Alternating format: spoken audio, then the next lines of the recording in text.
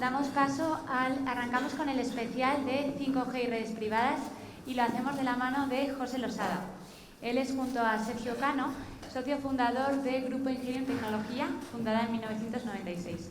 José, ingeniero de telecomunicaciones y actualmente director técnico de la compañía, dirige la parte I+D. Enamorado de su trabajo y comprometido siempre con llevar la tecnología un paso más allá, en la actualidad está trabajando en el lanzamiento de la nueva oferta de compañía, 5G Standalone. Gracias, José.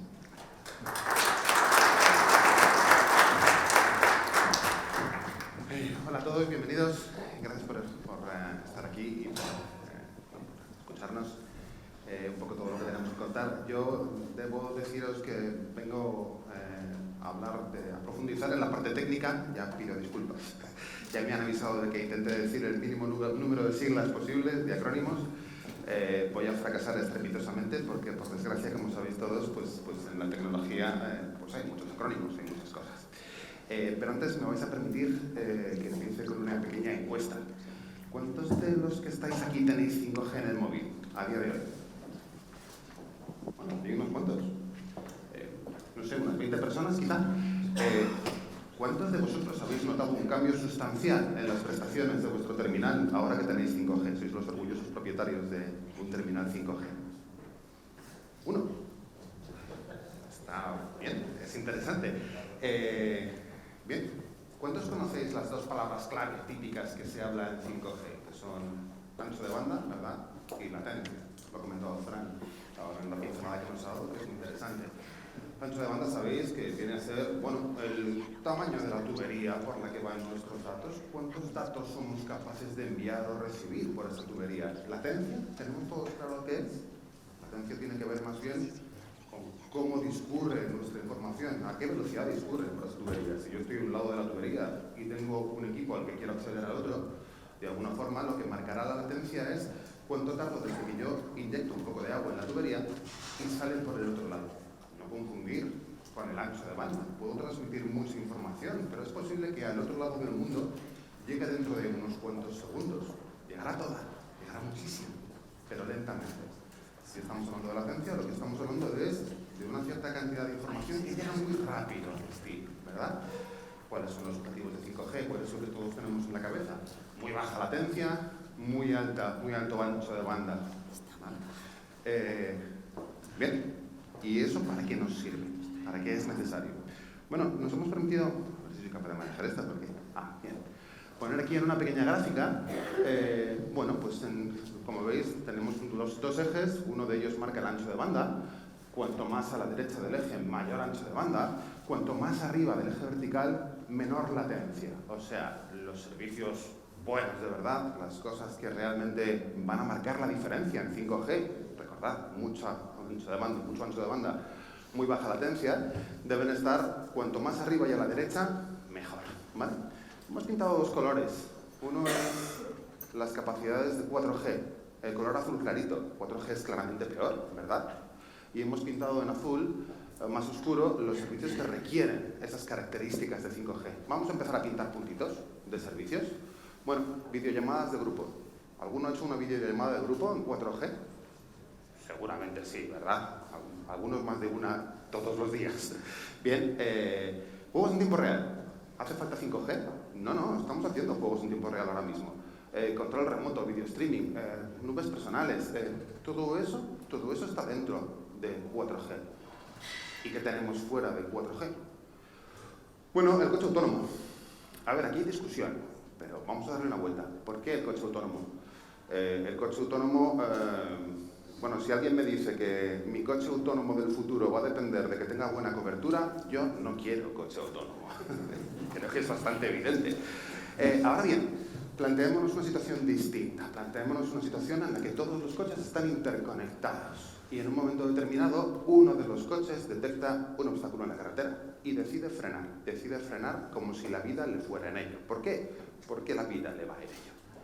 En ese momento ese vehículo, si tiene la capacidad, una de las cosas que podría hacer es emitir a todos los coches que estén en su vecindad: aquí hay un obstáculo y voy a frenar a muerte.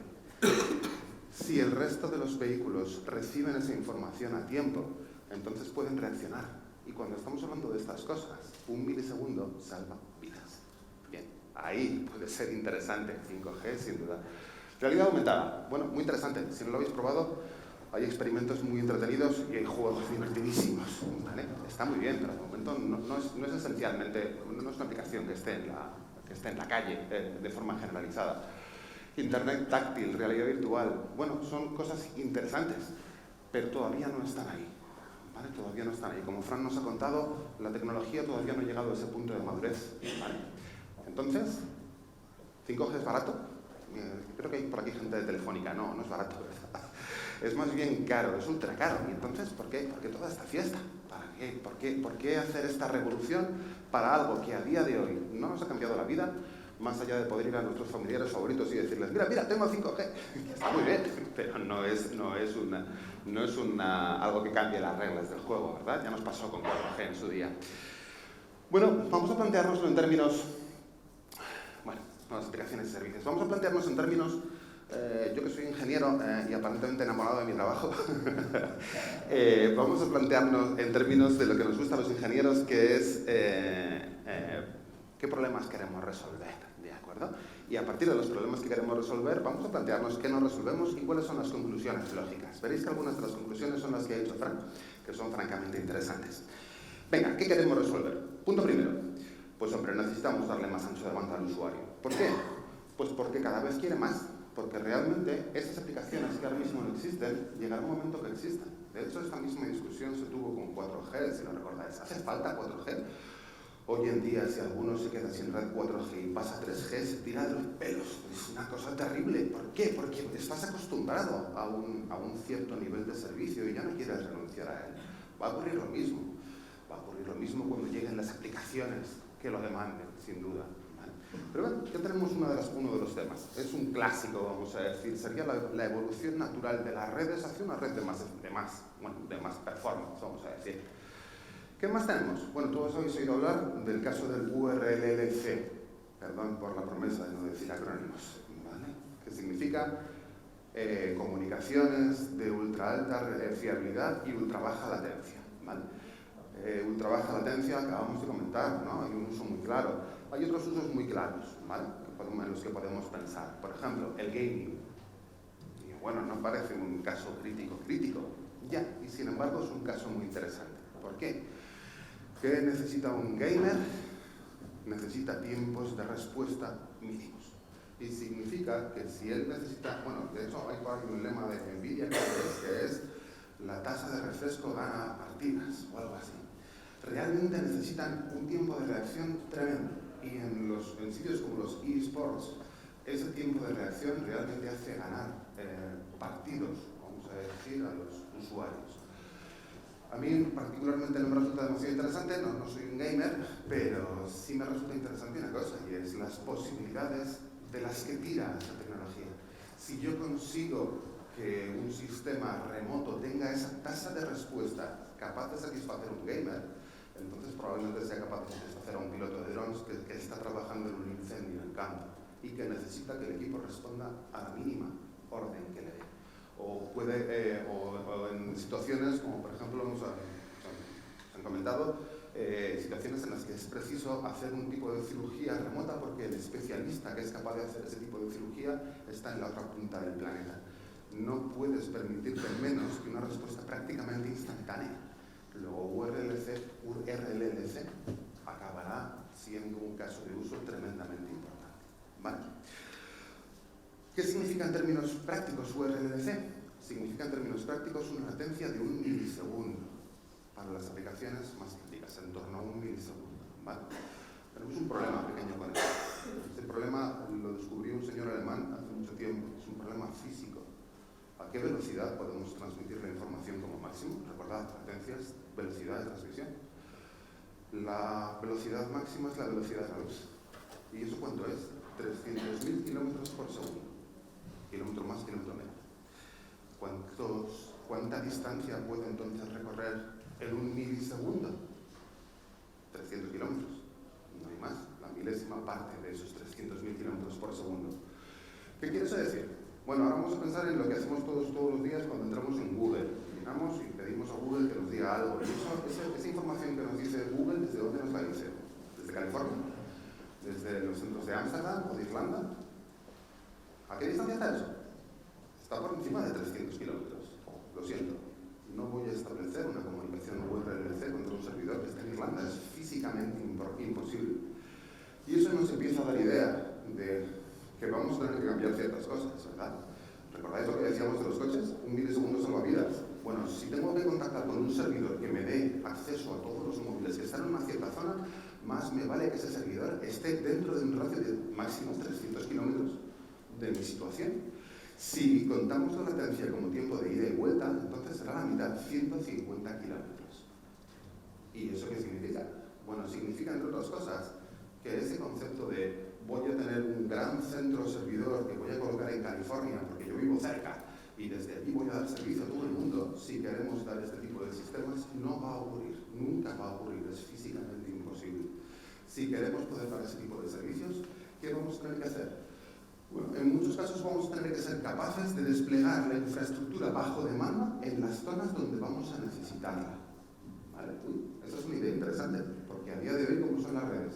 Bueno, no sé si unos cuantos conocéis cómo funciona una red por dentro, pero tienden a ser elementos muy estáticos. Yo pongo un centro servidor que está en Madrid y otro en Barcelona, por redundancia, y pongo otro en Galicia, porque está muy lejos y también me viene bien. Y esos son los centros que tengo. No puedo andar jugando con el concepto de movilizo mi infraestructura. Bueno, pues empieza a movilizar. Empieza a movilizar, porque si no, no vas a poder dar este tipo de servicio. ¿De acuerdo? Bien. Siguiente, uno que nos interesa mucho, especialmente aquí en el área. MMTC. Comunicaciones de tipo máquina masivas. ¿Y esto qué significa en términos prácticos? Bueno, significa que queremos que el 5G dé soporte a máquinas que van a tener que poder tener una autonomía de hasta 10 años. ¿Vale? Claro, si yo tengo una máquina de IoT y tengo que cargarla todas las noches en mi mesilla de noche con mi móvil, pues evidentemente la utilidad se restringe mucho. ¿Vale? ¿Qué más cosas? Les vamos a pedir una capacidad, una distancia, un rango de alcance hasta la red que puede llegar hasta los 10 kilómetros. ¿Vale? Y les vamos a pedir además, vamos a pedir a la red que sea capaz de soportar una enorme cantidad de este tipo de dispositivos. ¿Cuántos? Bueno, se habla de densidades en torno al 1.000.000 de dispositivos por kilómetro cuadrado. Nos contaba Fran antes que esto es en torno a 10, 100 veces la densidad actual del 4G. ¿Vale? Ese tipo de dispositivos, por definición, no van a poder funcionar igual que lo hace un móvil de usuario, que lo hacen nuestros propios móviles. Ni le interesa. Bueno, ¿qué tipo de dispositivos estamos hablando en general? Bueno, pues cuando hablamos de sensorización, estamos hablando de alarmas, estamos hablando de dispositivos que midan humedad, que midan nuestro ritmo cardíaco, que midan toda una serie de informaciones. ¿Necesitan esos dispositivos enormes anchos de banda? No, no lo necesitan. Necesitan ceñirse a lo que acabamos de decir. Esa autonomía, esa gran autonomía, ese gran alcance, esa gran densidad. ¿Vale? De hecho, ¿cuál es el truco típico que vamos a seguir con este tipo de dispositivos? Bueno, pues si un dispositivo normal es capaz de enviar un montón de información, lo que vamos a hacer es que estos dispositivos estén apagados tanto tiempo como podamos. Si está apagado, no consume batería. Si lo encendemos periódicamente a intervalos suficientemente cortos, seremos capaces de enviar pequeños paquetes de información, que es en general todo lo que necesitamos. Después el terminal se apagará. ¿Hasta cuándo? Hasta que le toque volver a transmitir. Si hacemos el mismo truco con la recepción, podemos despertar el equipo a intervalos y simplemente volver a dormir. Bien, es una técnica típica, ya la venimos usando desde hace tiempo. ¿Por qué la metemos en 5G? ¿Por qué ponerla en 5G? Todos sabemos que está por ahí Sigfox o LoRaWAN, tecnologías que están haciendo lo mismo. A día de hoy incluso, bueno, pues las que están incorporadas al propio concepto de LTE, como LTE-M o LTE Narrowband. Bien, al final, 5G como paraguas, como infraestructura que aspira a poder dar todo tipo de servicios a los usuarios, pues bueno, no debe dejar este aspecto atrás. Fijaos que además nos da una ventaja y es, yo puedo tener un dispositivo que en general funciona en forma de dispositivo IoT, pero en un momento determinado yo puedo necesitar que haga uso de la red de alguna de las otras formas. Por ejemplo, ¿por qué? Porque en un momento determinado necesito transmitir un vídeo. Muy rápido, sé que me va a quemar la batería, probablemente durante un rato, pero a lo mejor puedo crear ese tipo de dispositivo híbrido que puede funcionar de forma narrowband a veces, de forma wideband a veces, ¿vale? El tener esa tecnología unificada me da otros beneficios, como es el hecho de, por ejemplo, de beneficiarme de los avances tecnológicos en seguridad, en encriptación, si queréis, en términos de resistencia a las interferencias, que es otro de los temas que se trabaja cuando las tecnologías de radio van avanzando, ¿vale? Luego bien, es una mejora adicional, vamos a decir. Vale, vamos a necesitar entonces, vamos a resumir un poquito, vamos a necesitar que haya usuarios que van a consumir toneladas de ancho de banda, realidad virtual. Vamos a necesitar, y a los que probablemente la latencia a lo mejor les interesa un poquitín menos. Estás viendo una película en realidad virtual, por ejemplo, yo lo he hecho, el experimento con algún corto, es muy divertido, como os comentaba, muy recomendable, varía un poco de momento, pero tiene básicamente a ti el que el vídeo empiece antes o unos milisegundos antes o después no te va a cambiar la vida, va a ser absolutamente igual. Tenemos otros tipos de servicios en los que lo que vamos a necesitar es, a lo mejor no tanto ancho de banda, depende, pero lo que vamos a necesitar es criticidad absoluta, fiabilidad absoluta a prueba de toda bomba realmente, y una latencia absolutamente casi de ciencia ficción. Y estamos hablando de un tercer tipo de dispositivos en los que en realidad ni me interesa demasiado la latencia, tengo un sensor de temperatura, la temperatura la he medido un segundo más tarde, ¡oh Dios mío! No hay diferencia. Que en general no van a necesitar transmitir gran cantidad de información y en el que lo que necesito es otra cosa completamente distinta, que es gran durabilidad, gran alcance, una serie de características distintas, ¿vale? ¿Os habéis fijado? Son tres características para la red que no tienen prácticamente nada que ver. Tecnológicamente es que los problemas a resolver prácticamente ni se parecen. Y conseguir que una sola red de todo ese tipo, toda esa gama de servicios tan extremos, porque lo que hemos hecho es extremar el tipo de servicios, lo que hace es que sea muy difícil concebirlo como una única red. A esto le añadimos la pequeña guinda de que necesitamos, por culpa de Albert Einstein, necesitamos esa capacidad para ser capaces de movilizar nuestra infraestructura y poder prestarla en los sitios donde realmente vamos a necesitar dar esos servicios. Bien, metemos todo eso en la coctelera y ¿qué nos sale? Fran lo llamaba apertura de la red, network slicing. Bueno, hay varios nombres, yo creo que todavía no se han puesto muy de acuerdo a algunas de los traductores en qué nombre ponerle en español. Rodajas de red, si queréis. Me gusta a mí particularmente el concepto que ha usado Fran. Tienes que plantearte virtualizar la red. Tienes que plantearte virtualizar la red. Ya no te vale una única red monolítica que te lo va a hacer todo. Está muy bien que lo tengas a nivel hardware, pero eres capaz de aislar trozos, rodajas, segmentos de esa red para prestar los servicios específicos que un cierto usuario de un tipo concreto demanda, pues no vas a poder resolver todos los problemas que tienes. Vas a tener que plantearte tener redes físicas distintas, lo cual sería extremadamente caro, más todavía si cabe de lo que está haciendo el 5G. ¿Vale? ¿Cuál fue la opción técnica que se creó? Creamos una infraestructura hardware, una única infraestructura hardware, probablemente con equipos especializados, con trozos de la red que estén adaptados a determinadas situaciones, y sobre ello creemos esa capa de virtualización. Rodajas de red, network slices. Cuando un usuario accede a la red, nosotros desde la red deberemos ser capaces de identificar cuál es el escenario de trabajo en el que tiene que trabajar. Hemos hablado de 3, pero pensad que puede haber muchos más. Puede haber escenarios en los que necesitamos más seguridad y que necesitamos mecanismos de encriptación más avanzados. Escenarios en los que en realidad la clave la marca el que tengamos acceso a una red de servicios que nos pueda hacer cosas como, por ejemplo, almacenar vídeo. Imaginad, por ejemplo, una compañía de televisión que va a dar cobertura a una manifestación y que manda personal y que ese personal pueda registrar el vídeo, que quede almacenado vía la red en un servidor que, hemos quedado en que la red va a ser capaz de crear infraestructura y de movilizarla. Bueno, hagamos que ese propio servidor de vídeo, por ejemplo, resida en el borde de la red, en un equipo que estará conectado a la red. No tendré problemas de conectividad por internet. Si se me caen los servidores, que es uno de los terrores que nos dan los técnicos, bueno, no hay mayor problema. Mi red me está dando ese servicio.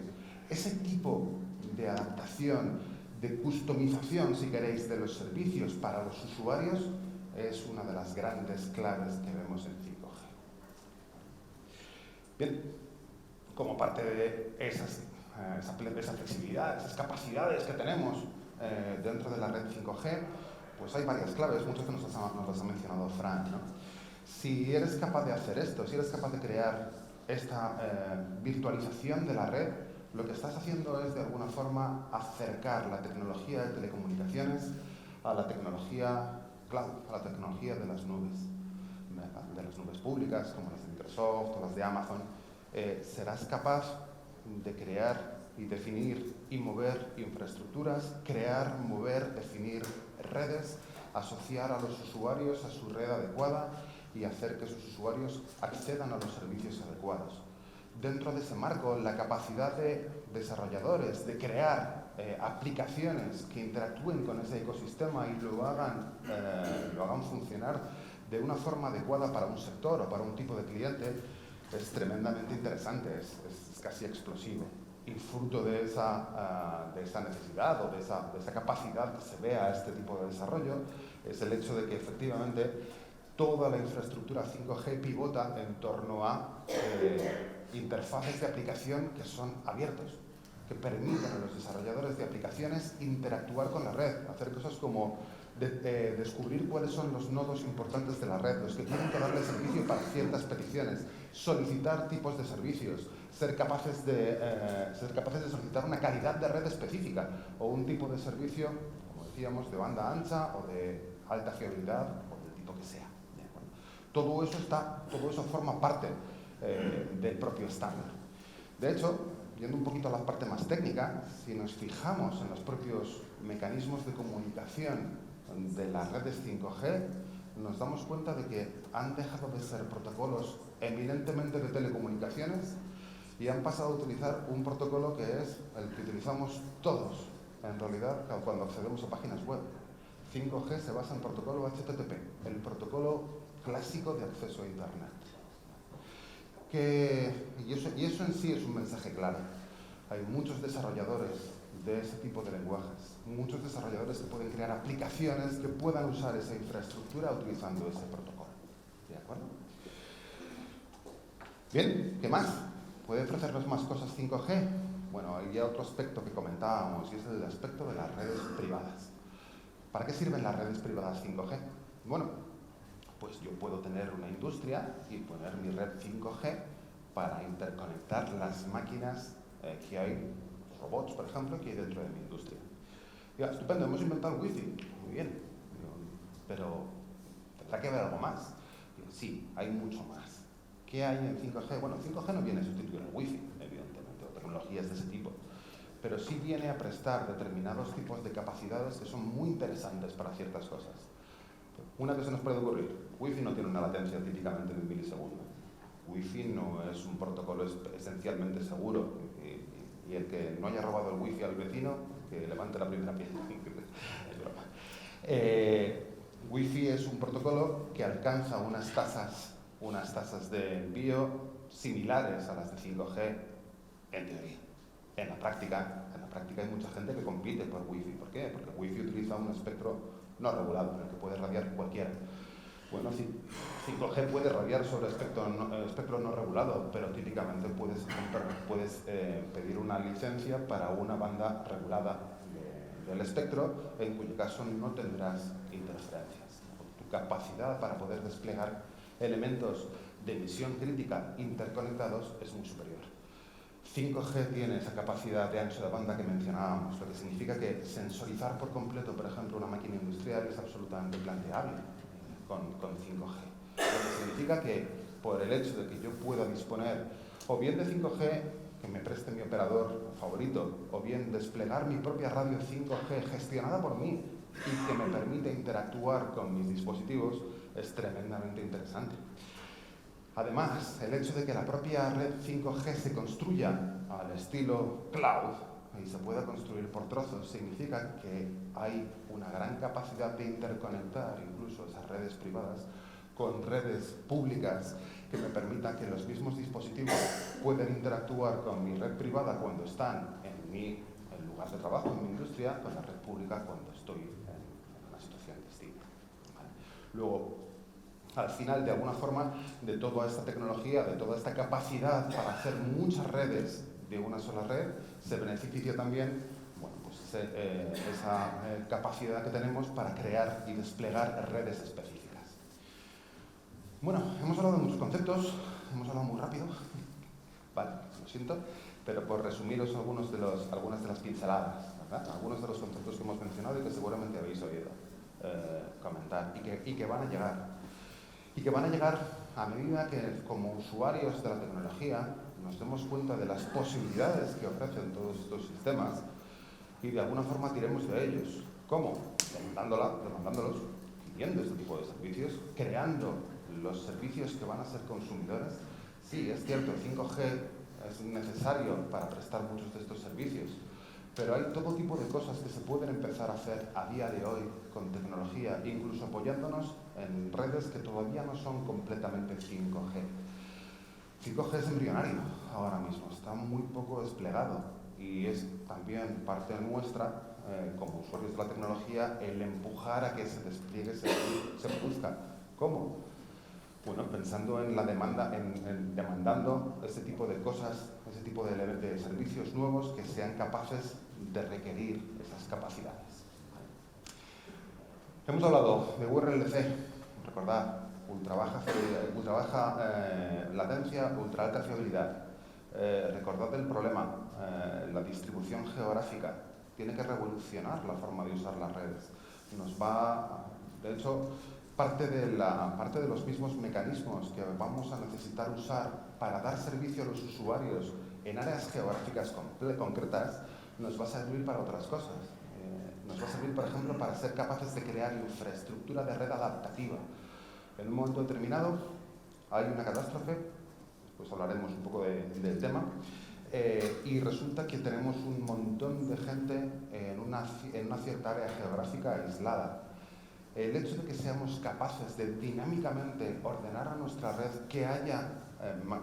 que provea más capacidad en ciertas áreas, para que personal de emergencias pueda transmitir vídeos, pueda securizar sus comunicaciones, pueda garantizar, todos sabemos, ¿no?, qué ocurre cuando hay un área de catástrofe. Es que todos los usuarios que están en la zona van a intentar hacer lo mismo todos. Coger su teléfono y llamar a casa para decir que están bien. Es natural. También habrá muchos usuarios que se pongan a hacer vídeos. Bueno, es humano, es natural. Ya, pero el problema es que en muchos casos esos usos de la red lo que pueden hacer es que el personal que necesita las comunicaciones porque está coordinando una respuesta a la catástrofe se queden sin posibilidad de hacer uso de la red. Eso no puede ocurrir. Bueno, 5G, por ejemplo, como estábamos hablando, nos provee la capacidad de decir, no, es que en esta cierta área geográfica hay toda una serie de usuarios que van a poder hacer un uso prioritario de la red. Sí, se podrán enviar vídeos por usuarios normales, pero se podrá hacer solamente si no está estorbando las comunicaciones del personal de emergencia.